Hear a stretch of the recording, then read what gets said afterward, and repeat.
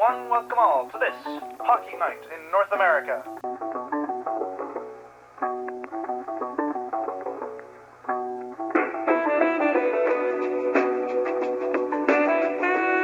Starting off with the home team, the game between the Detroit Mustangs and the Vancouver Knights has been anticipated by audiences across the continent, and Detroit was riding high as our team remained in the lead of the Western Division.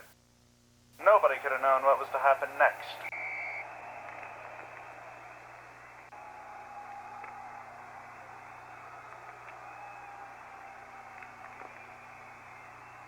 Bam! The Knights score a goal in the first 20 seconds of the game.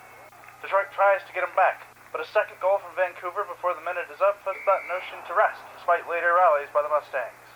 The first period ends 2-0 for Vancouver, but even as Detroiters are sulking, the game must go on. Almost immediately, Detroit gets a shot on the Vancouver goal, but it's blocked. Then, the unthinkable. Vancouver scores another goal, almost a minute into the second period, seemingly getting Detroit off their game for good. Detroit tries to rally, but it's no use. With 21 seconds left in the period, Vancouver gets their fourth and final goal of the game, with Detroit unable to answer. Legally, that is.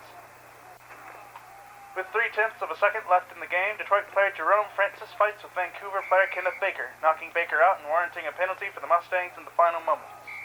The loss sent Detroit tumbling down to third in the Western Division, perhaps ruining their chances to compete for the 1950 Continental Championship. However, there is still plenty of season left to be played. Elsewhere in the Western Division, the Chicago Royals beat the Calgary Firebirds 1-0 in what can only be described as the upset of the season, as most spectators expected Chicago to get blown out of the water. The Cleveland Flyers lose their away game to New Brunswick 3-1, however they gain the lead in the Western Division from the Mustangs as the Pittsburgh Bandits suffer a 4-1 blowout against the Kingston Blackhawks after a brief contention for the division lead. The other results of this week are as follows.